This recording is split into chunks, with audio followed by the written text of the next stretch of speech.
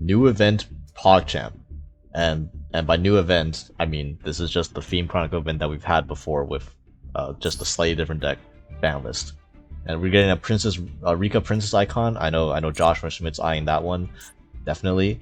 And then we have an S-Force Night Chaser icon. I have no idea what the hell this card is. Never seen it in my life. And we have some loaners here. We have Crawlers.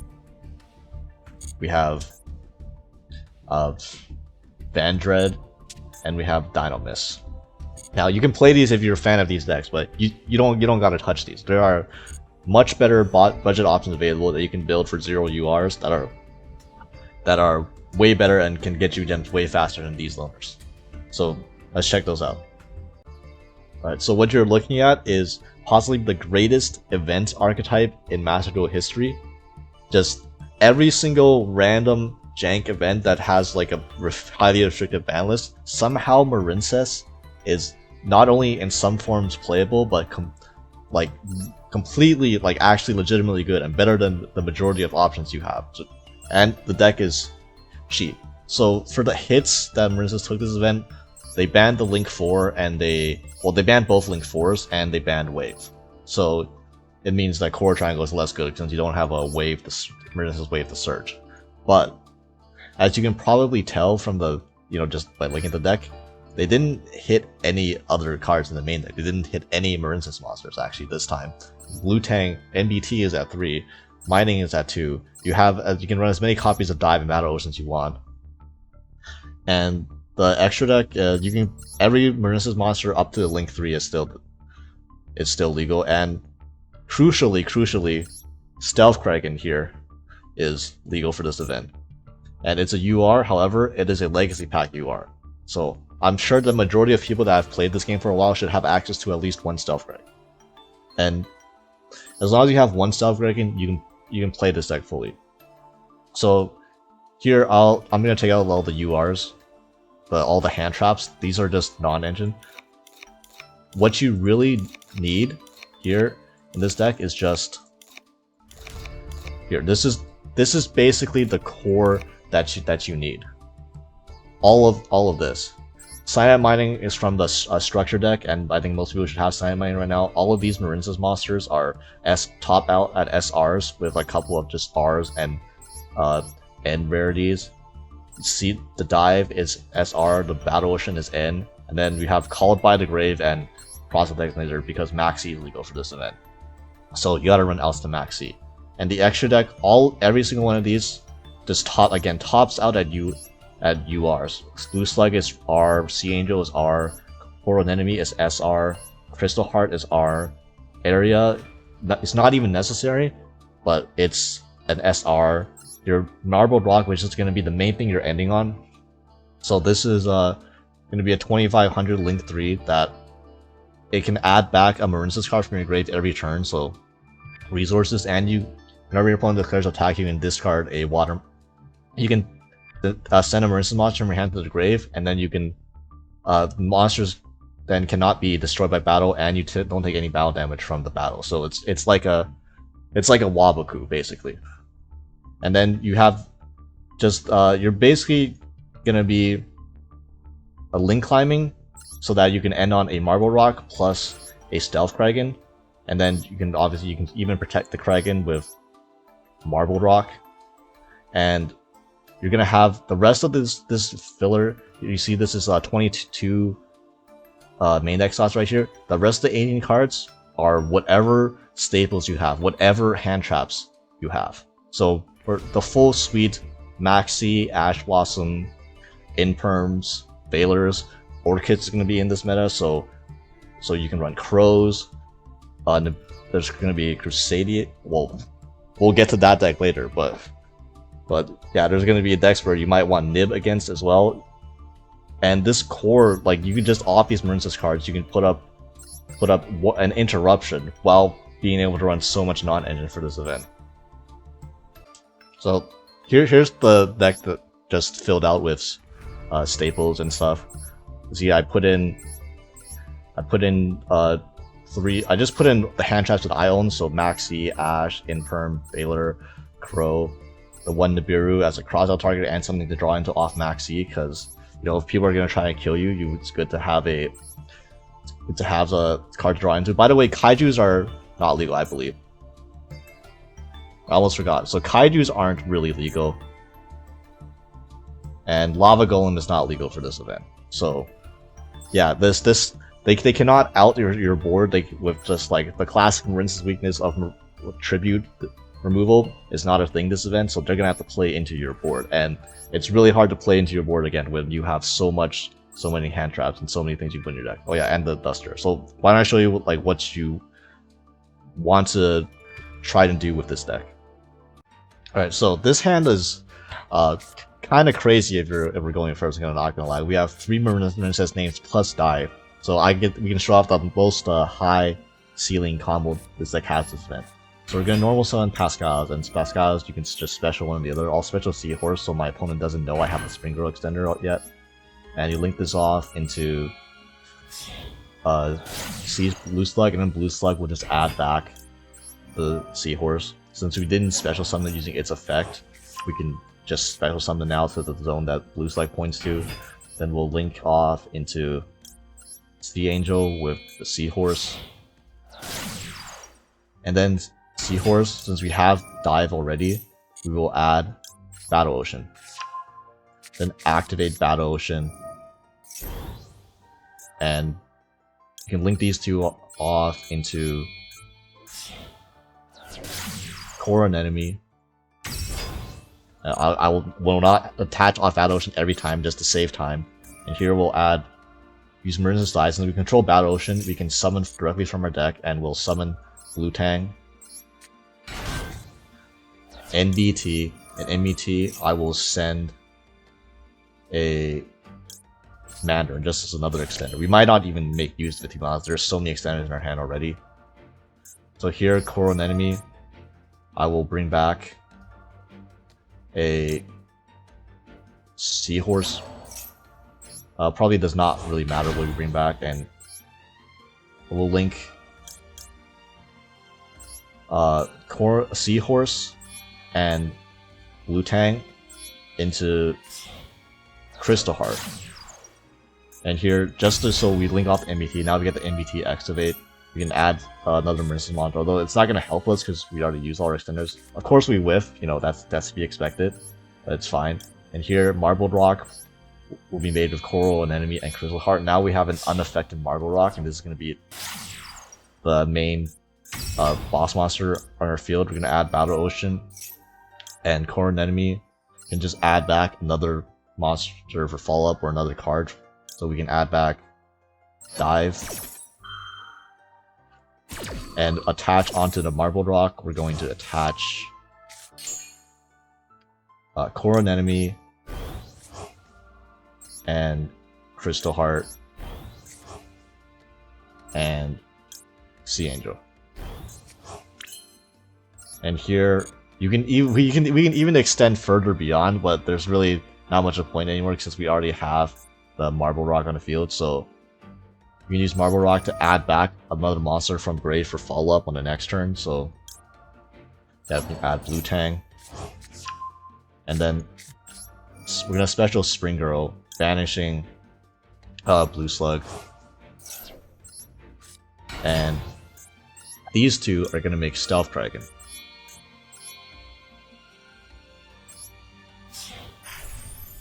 Alright, so this is like the end board you're trying to achieve. You're not gonna always end on Battle Ocean, for example, with Marbled Rock, but you want to end on something like a Marbled Rock and then a Stealth Kraken. Because we had extra extenders in our hand, our Marble Rock is now also unaffected with Battle Ocean, and there are no kaijus this event, and there are no like lava golems this event, so they have to out the Battle Ocean in order to even interact with the Marbled Rock. And we have a Quick Play Pop, which is gonna, if they kill this, it's gonna float into 2 of these Stealth Kraken spawns, and then these Dragon spawns, if they ever die, they're gonna just bring back the Stealth Kraken. And next turn, we have follow-up for days with Marincess, so we can potentially just go for the kill on next turn if they failed out this board, which is really hard to deal with when you're playing a lot of gimped decks for this event. And here we have Megalith. So I know this looks kind of random, like literally just like a pile of cards, 47 cards. The extra deck looks kind of random, I know. So this is going to be similar to the Megalith build I used in the Ritual Festival, actually. And the combos are mostly are going to be very similar. We're going to be using the incantations primarily, if we have access to them, to basically, cycle your Megalith monsters. These aren't their ritual summon effects are once per turns, but their effects on summon are not. So if you can ritual summon these multiple times, you get multiple surges, which I will show in a combo. But also I'll link my other video for the Ritual Festival Megalith deck, since the combos are largely similar, so you can get the combos from that video as well. So it's just more combos for you to reference. And again, I'm not a hardcore Megalith player, so I don't know if this is the most optimal way to build this event, but I know that this way is really cheap and affordable, and it will be good enough to get the job done. And yeah, you see the core, these monsters, all of these are, you only really have 3 SRs in the deck. So you have like 3 Pencil Plume, 3 Manju, Kandal, Talismandra, 2 Fool, 3 Ophiel, 3 Hegif, 1 Ouch. Damn, I really should learn how to pronounce this card if I'm gonna play this deck.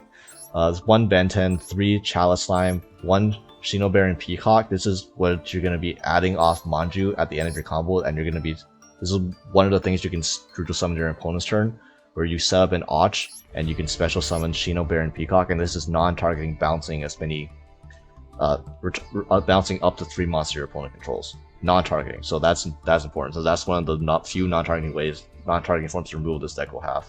And Megalith Phaleg, these it lets you OTK. It gets really big. 2 Bayford, this is going to be your massive pop, where you summon this on your opponent's turn and you're just going to pop literally all of their monsters that can be popped, all of their cards that can be destroyed. And then Arachon is just something that you can add on. If you already have access to Bayford and Shinobaron Peacock, you can summon Arachon, and then Arachon gives you targeting protection. 3 Prep, because you can add their level 4s, or you can add Chalice Slime if you don't already have that.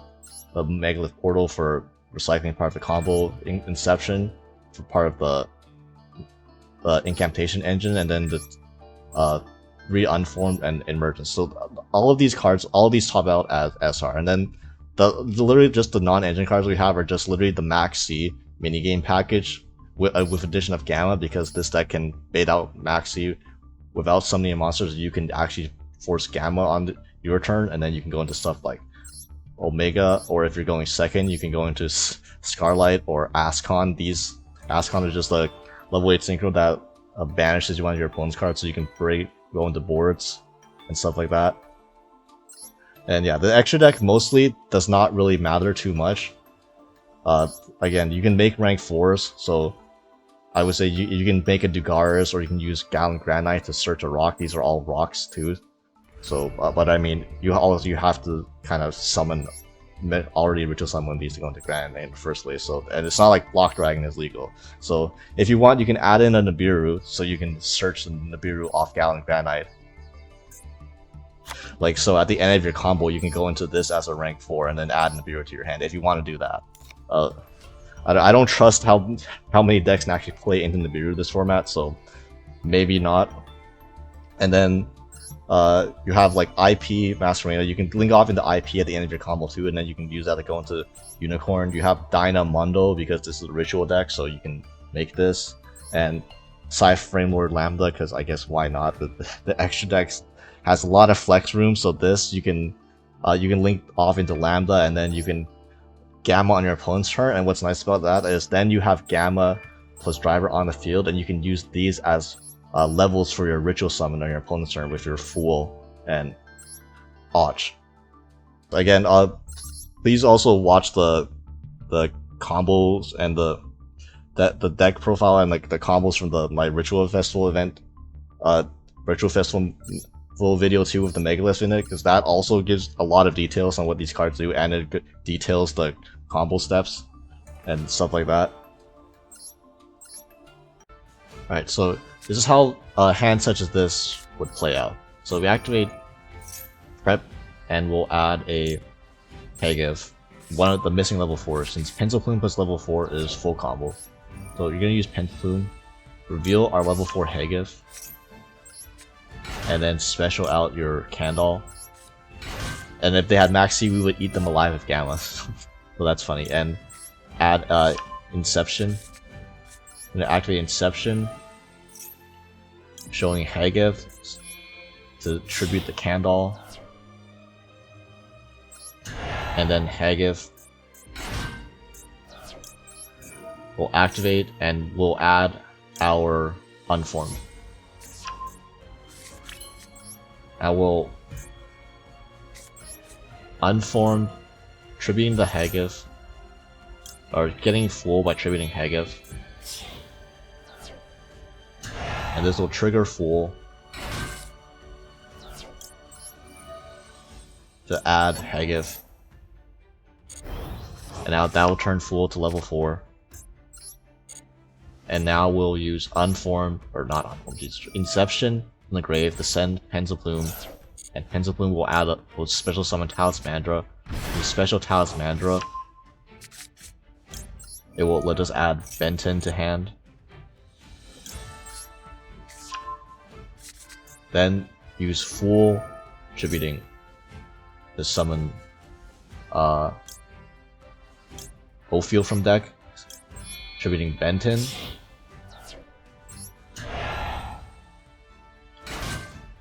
Then trigger full plus, or Ophiel plus Benton, and then Benton will add us our Manju, I suppose. We know we already have the we drew the Shino Baron Peacock, so we'll have another target to add, and then we can add a Auk from deck.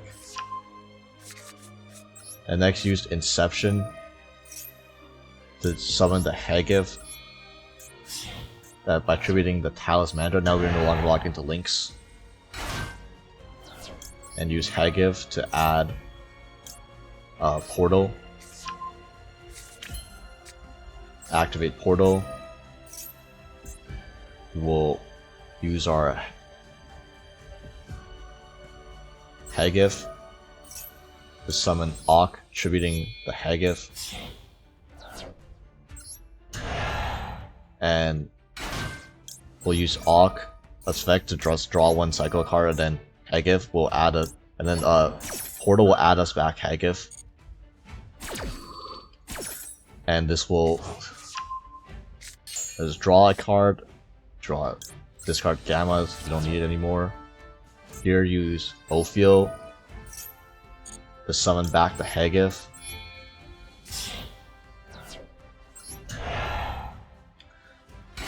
Then use Hagif to add our Emergence as a so we can revive our a monster during our opponent's turn.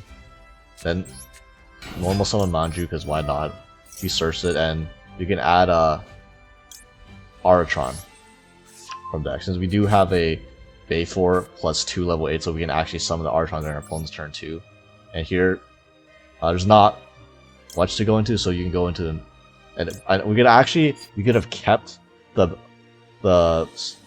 Gamma in hand, since we do run Lambda, so you can do Lambda, so you can have the Gamma live as well, or you could just link off into a Masquerena using Ophiel, or using a Hagif and a Manju.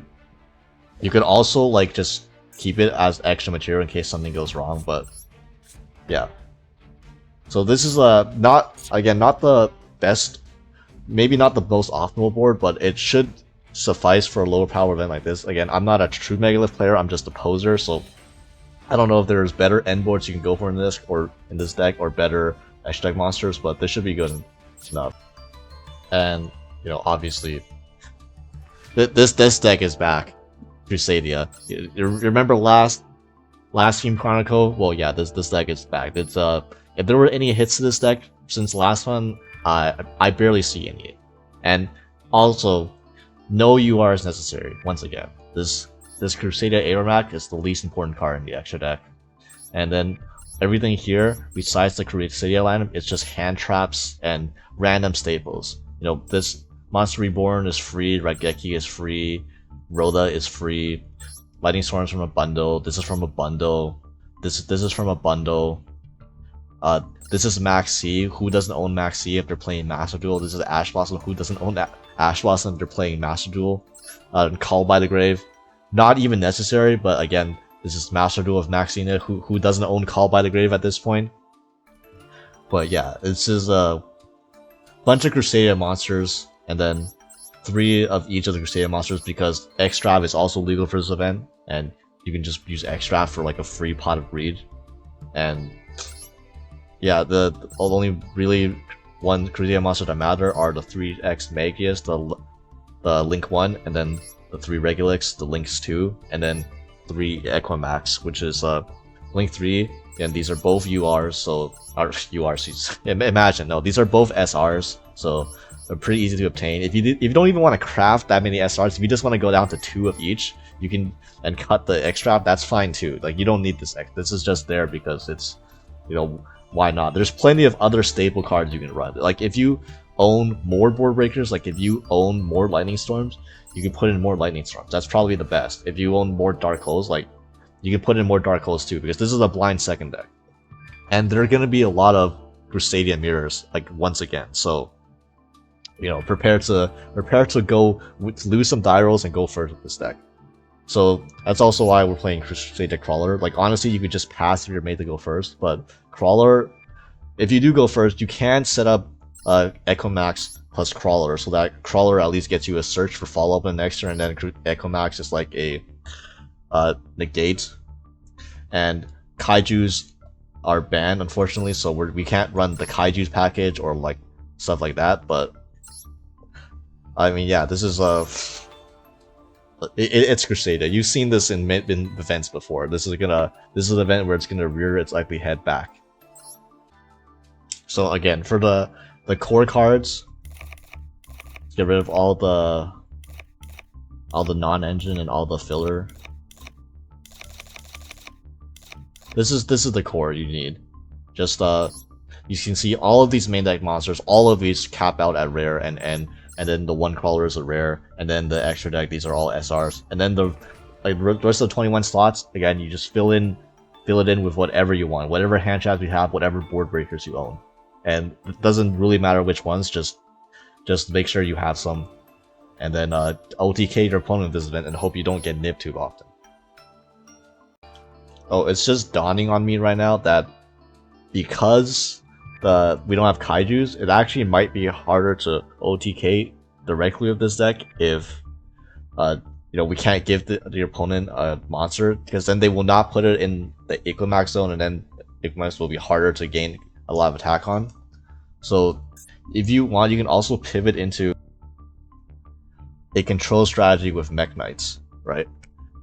So if you don't want to go for the straight OTK, you can take out some non-engine and take out some Crusadia names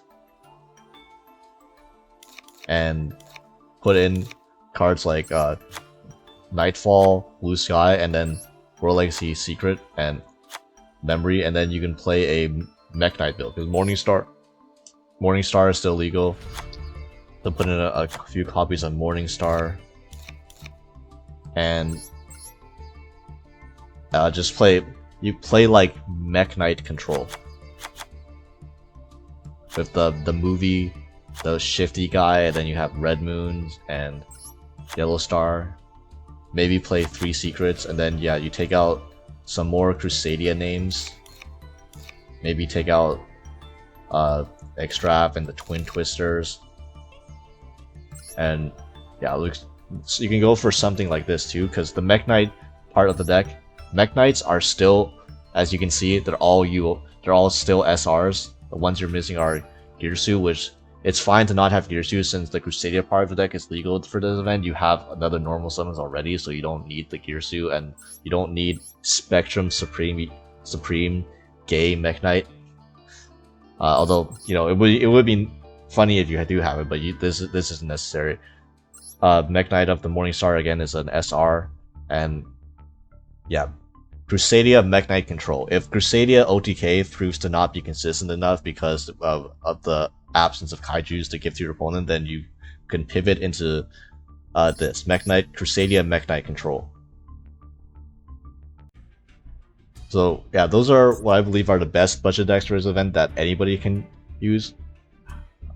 I will probably make another video covering what other decks are legal that are not necessarily as budget friendly. You know, they're gonna probably have URs in them, but they might be stronger for this event. And if you happen to own one of these decks, you can unleash your pet deck in this event and just smoke some bozos.